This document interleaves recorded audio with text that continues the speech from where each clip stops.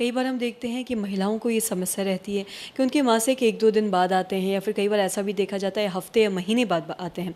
तो इसका कारण क्या हो सकता है? इसी पे खास बातचीत करने के लिए आज हमारे साथ मौजूद है डॉक्टर तन्वी राज। आपको बता दें कि बिहार की जानी-मानी गायनिकोलॉजिस्ट है। मैम नमस्कार, बहुत-बहुत स्वागत है आपका। मैम आपसे मैं ये जानना चाहूँगी एमेनोरिया के बारे में कि कई बार ऐसा होता है कि महिलाओं की ये समस्या रहती है कि 1-2 दिन बाद तो चलो फिर भी ठीक है, लेकिन हफ्ते या फिर महीने बाद उनका मासिक आ रहा है, तो इसका कारण क्या हो सकता है? पीरियड के डिले होने के कारण पेशेंट के एज पे बहुत ज़्यादा डिपेंड करते हैं। तो अगर पहले तो हम लोग डिले कहते ही हैं कि अगर 7 दिन से ज़्यादा जो आपका एक्सपेक्टेड पीरियड है उससे 7 डेज से ज़्यादा का अंतर आ रहा हो। ये depending upon the patient age इसके अलग अलग कारण हो सकते हैं। जैसे कि अगर बहुत यंग लड़की है जिसकी पीरियड अभी अभी शुरू हुए हैं, 12-13 साल की लड़की है, उस केस में जो पीरियड अगर लेट हो के आता होता है उसके लिए हमें ज़्यादा परेशान नहीं होना होता है। बिकॉज अभी जब पीरियड आना शुरू हुआ है, जितना हमारा हार्मोन का फ्लो है वो बिल्कुल बैलेंस तरीके से नहीं होता है। शुरू में एग ओव्यूलेशन नहीं हो रहा होता है, जिसके कारण साइकिल्स लेट आने का चांसेस रहता है।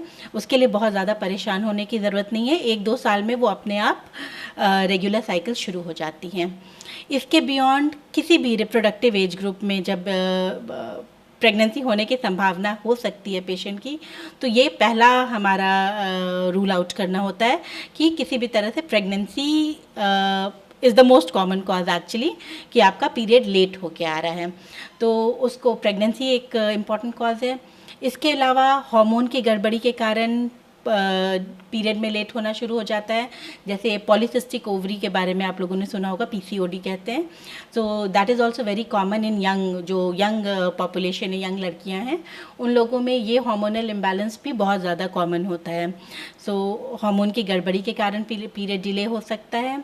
वैसे ही जैसे जैसे एज ज़्यादा बढ़ने लगती है, मीनोपॉज के पास आने लगते हैं हम लोग, उस एज ग्रुप में ये नेचुरल हो सकता है कि आप मीनोपॉज आ रहा है तो कई बार 1-2 साल पहले से पीरियड 1-1 महीने, 2-2 महीने, 3-3 महीने डिले होते होते धीरे धीरे करके बंद हो सकता है।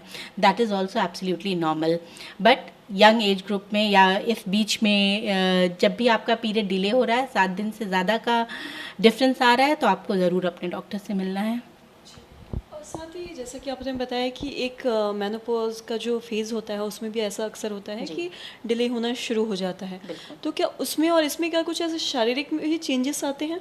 बिल्कुल। जब मीनोपॉज आ रहा होता है, धीरे धीरे हमारे बॉडी में जो हार्मोन्स होते हैं, ईस्ट्रोजन एंड प्रोजेस्टेरॉन, वो दोनों कम मात्रा में बनने शुरू हो जाते हैं, जिसके कारण धीरे मतलब ओवरी जो है वो उसका काम करना कम होता जाता है, हार्मोन कम होते जाते हैं, जिसके कारण पीरियड का साइकिल लेट होने लगता है। सेम थिंग जो स्टार्टिंग में हुआ वही टुवर्ड्स एंड, एग नहीं बन रहा होता है। जब एग टाइम पे नहीं बनेगा, पीरियड अपने आप लेट हो जाएंगे। साथ ही कई बार ऐसा भी देखा जाता है कि वक्त से पहले भी आ जाता है कई बार, और साथ ही बहुत लोगों को ऐसा भी रहता है कि बहुत ज़्यादा हैवी फ्लो होता है, तो ऐसे में क्या करें?